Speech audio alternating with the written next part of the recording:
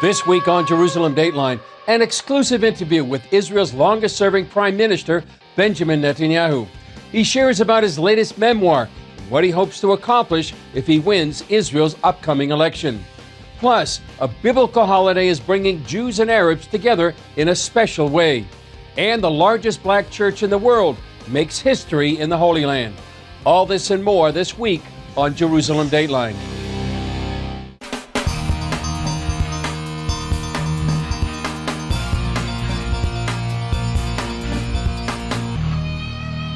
Hello and welcome to this edition of Jerusalem Dateline. I'm Chris Mitchell. The manhunt is over for a Palestinian gunman suspected of killing an Israeli soldier in Jerusalem earlier this month. Israeli police say the gunman was shot dead after he opened fire at a security guard at a Jewish community near Jerusalem. Authorities revealed he was carrying a pistol and an explosive device. The security guard suffered a gunshot wound to the hand but survived the attack. Police believe this is the same man who killed a female soldier at a Jerusalem checkpoint on October 8th. Well, Australia says it no longer recognizes West Jerusalem as Israel's capital. That's a major policy reversal that drew immediate backlash from Israeli leaders. In 2018, Australia officially declared Western Jerusalem to be Israel's capital. Now the country's centre-left government says the capital is Tel Aviv and called for a two-state solution to the Israeli-Palestinian conflict. Australia's embassy, of course, has always been and remains in Tel Aviv. The Australian government remains committed to a two-state solution in which Israel and a future Palestinian state can coexist in peace and security within internationally recognised borders. The Palestinians who view Jerusalem as their capital applauded the move. Meanwhile, Israel's foreign ministry summoned Australia's ambassador over the decision. And Israeli Prime Minister Yair Lapid condemned Australia, saying, quote, "Jerusalem is the eternal and united capital of Israel, and nothing will ever change that." Israelis are just days away from their fifth election in less than 4 years. Former Israeli Prime Minister Benjamin Netanyahu is the frontrunner in one of the country's most turbulent times in recent history. He's credited with transforming the country's economy, confronting Iran, signing the historic Abraham Accords, and much more. Netanyahu joined CBN's Gordon Robertson on the 700 Club for an exclusive interview to discuss his new memoir, Bibi, My Story. Take a look. Well, let's start with a real broad question. Your life parallels the life of modern Israel. You were the first Israeli prime minister who was born in the modern state of Israel. So give us your assessment. How would you assess where Israel stands today? Well, look, the founding of Israel came after centuries of exile, pogroms, massacre, culminating in the greatest massacre of them all, the Holocaust. And the founding of the state was meant to really to do two things. One, to fulfill the biblical prophecy of the ingathering of the exiles, and also the renewal of Jewish sovereignty in our ancient homeland, the land of Israel. That was achieved. But once it was achieved, it wasn't necessarily permanently guaranteed unless we made sure that it was guaranteed. So while my father's generation was charged with founding the state, my generation was charged with securing its future.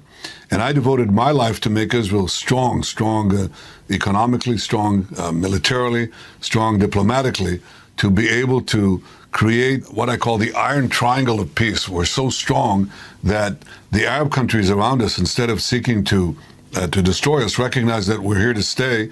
And so one by one, we make peace with them. Israel, from being a tiny state on the eastern edge of the Mediterranean, is now ranked as the world's 8th power, with 1/10 of the population. That's not something you can explain away.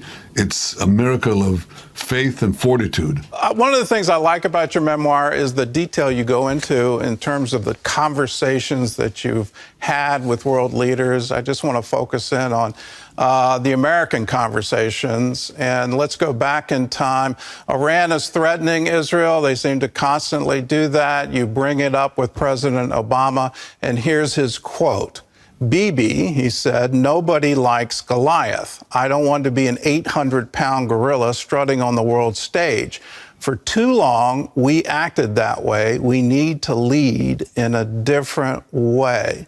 What was your response to that quote? What was your response to that? That's a sea change in American foreign policy. What was your response? Well, I was quite surprised, to be frank, and I thought in the Middle East and the world where you have Iran racing for a nuclear arsenal, terrorism abounding everywhere, and the international order being challenged everywhere, I didn't want to be an 800-pound gorilla. I wanted to be a 1,200-pound gorilla, because I think people respect strength.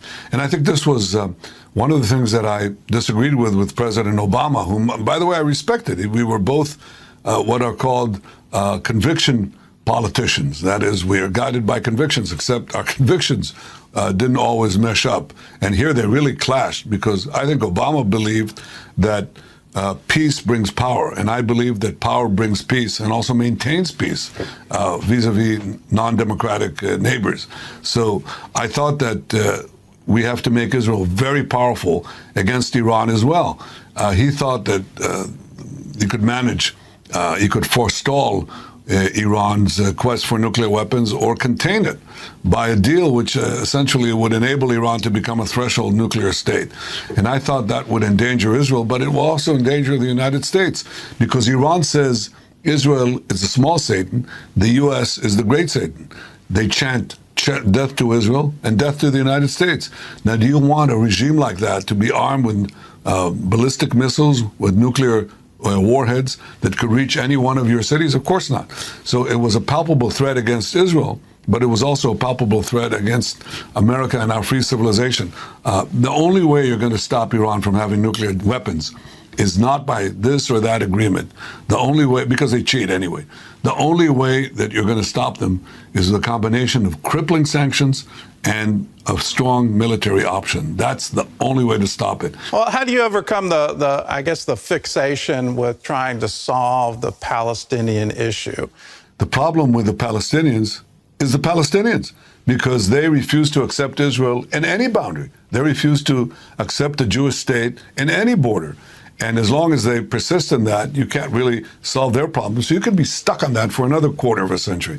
I think I have the capacity to reach out to other Arab countries. I'll reach out, if I'm elected in 2 weeks, to my longtime friend, President Joe Biden, who said just recently on his visit to Israel, he said, "Bibi, I love you, but I don't agree with a word you say." And I said, "Joe, it's often reciprocated, because on this matter, I think that the traditional foreign policy of the United States and other Western countries is just plain wrong.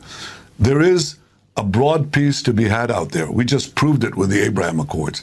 It can be expanded. It can include all the Arab states that want to live in peace with Israel, that want to enjoy our technology, which is immense and could change the lives of their people for the better, and want to also partner with us against the common threat of Iran.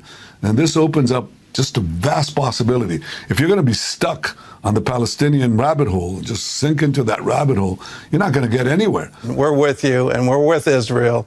And I hope everyone can get a copy of his new memoir. It's called Bibi, My Story. We've just scratched the surface here. If you want an in-depth conversations, all the details of the peace agreements, the Abraham Accords, what David Friedman did, all of these wonderful things that have happened, get the copy of the book. And Mr. Prime Minister, thank you again. And thank you for all that you do.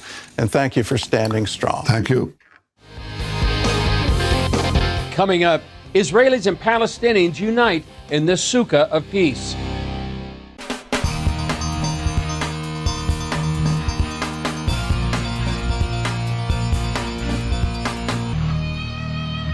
For the past few weeks, there's been an increase in clashes between Israelis and Palestinians.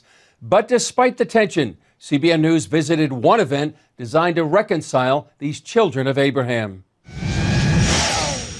Efrat is a Jewish community just a few miles outside Jerusalem. It's in the biblical land of Judea, also known as the West Bank, and next to many Arab villages. This year, during the Feast of Tabernacles, its mayor hosted a unique gathering. This is the Sukkah of Peace at the home of Efrat Mayor Oded Revivi.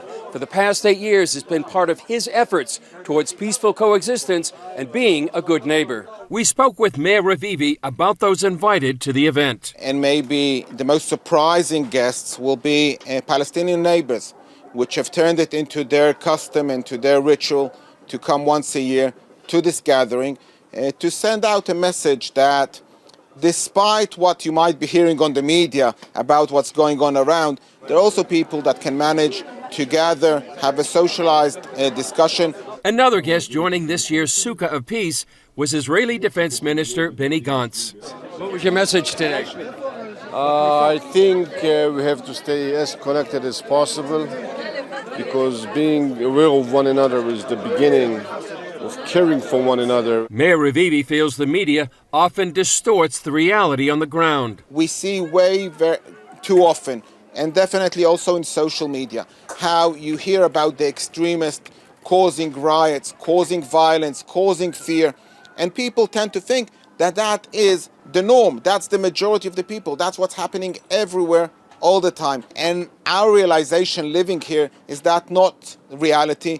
Part of that reality is the work of Dr. Yitzhak Glick, a 30-year resident of Efrat. So you treat a lot of Palestinians in the clinic and sometimes go to their homes? Absolutely. We regularly, I see Palestinian patients, whether in their homes. I like going to their homes because I learn a lot about their culture and I give them the home field advantage, and I think that makes them feel comfortable. Glick says their relationship with their Arab neighbors is a largely untold story.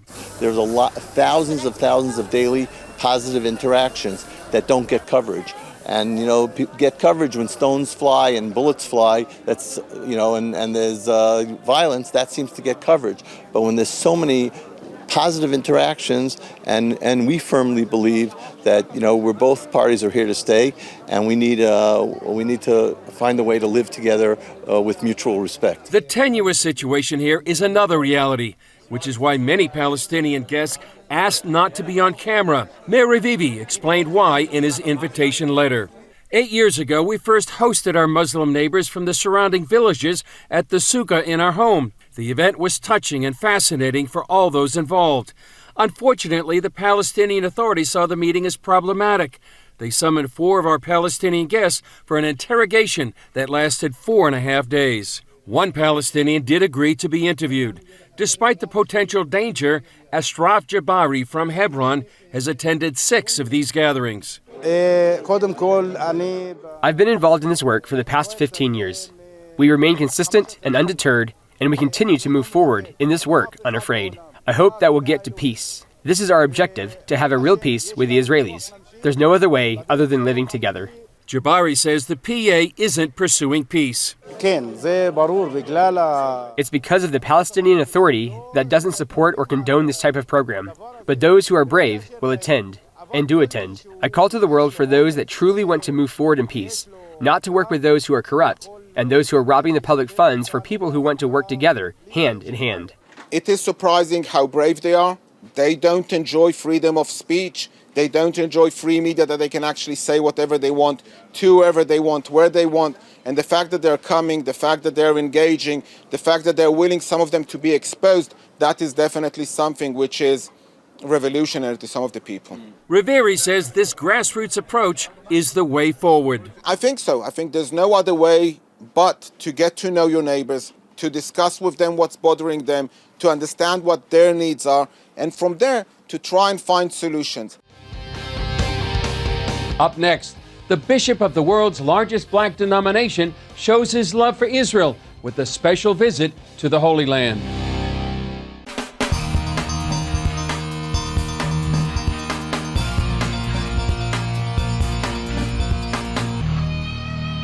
Visitors are streaming back into the Holy Land, and the highest-ranking official of the largest black church in the world made a first-time visit to Israel. CBN Middle East correspondent Julie Stahl explains the significance.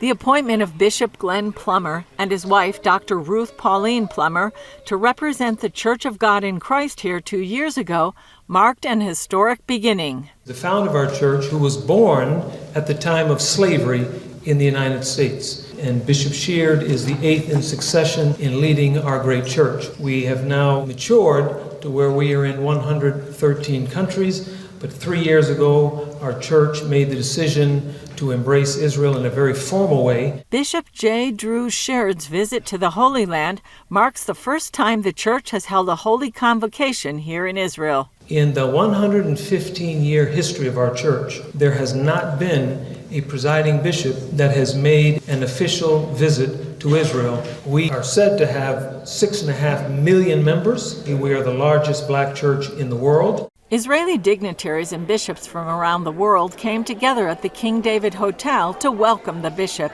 You are the spiritual power in the United States, and that is equally as important as the political power, because if the United States moved their embassy to Jerusalem, it's because you, the spiritual power of the United States of America, lobbied for the embassy to be moved to Jerusalem. This is really prophetic to see Black America and Jews and Israelis coming together in defense of our shared Judeo-Christian history and values. Former American basketball star and Jewish Sports Hall of Fame member Tal Brody highlighted the close relations between the black and Jewish communities in the United States. We're very appreciated you're here because we're going through a very tough time of anti-Semitism in the world. Many of the black people in the United States do know some of that history. The majority probably don't know that history. CBN News spoke with Bishop Sheard at the City of David archaeological site. I identify with King David. He's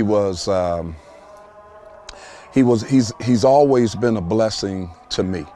During our interview, he shared how in the upper room, the traditional site where the Holy Spirit was first poured out, Sheard had a special experience there with another group. We started praying and we started seeking God, asking God for another chance to do what the early church had done. There was another pastor there who was leading a delegation. All of a sudden, the Spirit of God unified us. We began to pray in the power of God, and then we began to sing songs.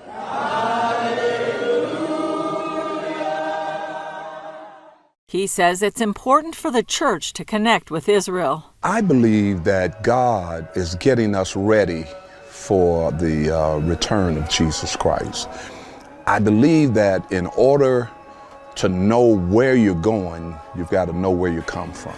And so we are very studiously studying the footsteps of Jesus and this holy land so that we can do what he has instructed the church to do.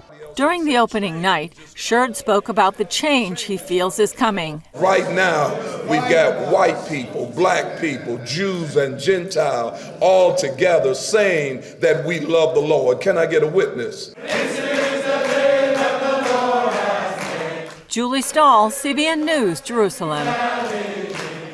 This is the day.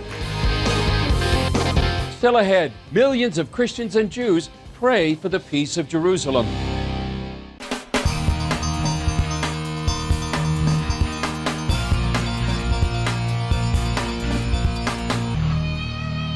Earlier this month, Christians and Jews worldwide joined together to follow a biblical command. It's all about praying for Jerusalem. Shalom and welcome everybody to Jerusalem, Israel. This celebration marks the latest International Day of Prayer for the Peace of Jerusalem. Since 2004, this event has joined millions of Christians and Jews around the world to pray for the peace of Jerusalem. To fulfill the biblical mandate of Psalm 122:6, pray for the peace of Jerusalem, recognizing that peace in Jerusalem signifies peace for the world. And so the Day of Prayer gathers and empowers Christians around the world to stand in alliance with that promise of God in Psalm 122:6. Bishop Robert Stearns helped start this effort and says Jerusalem is central to God's plan for the world. Jerusalem is a plumb line. Jerusalem is a place of covenantal alignment. As goes Jerusalem, as goes Israel, so goes much of our world. And so when we focus in this moment that is both filled with difficulty and promise. Let's look at this. We have increased negative attacking rhetoric from Iran, from Syria. We've got all kinds of problems there. But through the Abraham Accords, we have amazing new opportunities for peace. So we have to pray that humanity moves in the direction of peace that has been promised to this land and to this region. The day brings Jews and Christians together. The International Day for Prayer for the Peace of Jerusalem is a very important day in the calendar. It codifies the blessing and command to pray for the peace of Jerusalem. What Eagles Wings has done by adding another holiday into the Christian calendar is really unbelievable. And here in Jerusalem, we celebrate it together with our Christian brothers. Stern says a younger generation is catching the vision of the importance to pray for Jerusalem. Being a younger man myself, I'm just excited to help inspire others to come and see what is happening here in Israel, to not only come and view it, but take an active role in it. We're here to pray for the peace of Jerusalem. We want to loudly and proudly tell the world that we want to stand with Israel. We want to stand with God in seeing the peace come about here in the land. It's important that the church in the nations wake up to the fact that God called them in the scriptures to pray for the peace of Jerusalem.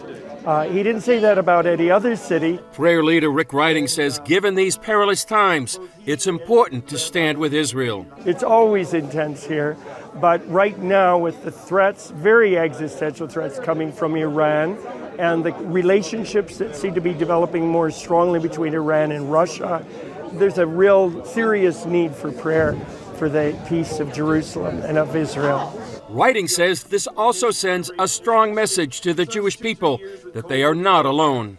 I was just talking to a Jewish man here, and he said, I had no idea there were 150 million Christians in China and that many of them are praying for Israel. This is phenomenal. And so it also is helping the people of Israel to realize when they feel so rejected in the media that there are people who love them and stand with them. And it really gives a lot of courage to the people of Israel to hear about this prayer from all over the world for them. Chris Mitchell, CBN News, the Day of Prayer for the Peace of Jerusalem. Well, CBN News has been covering this event since 2004. It's a great reminder to be praying for Jerusalem. And if you want to know more, go to daytopray.com. Well, that's all for this edition of Jerusalem Dateline. Thanks for joining us.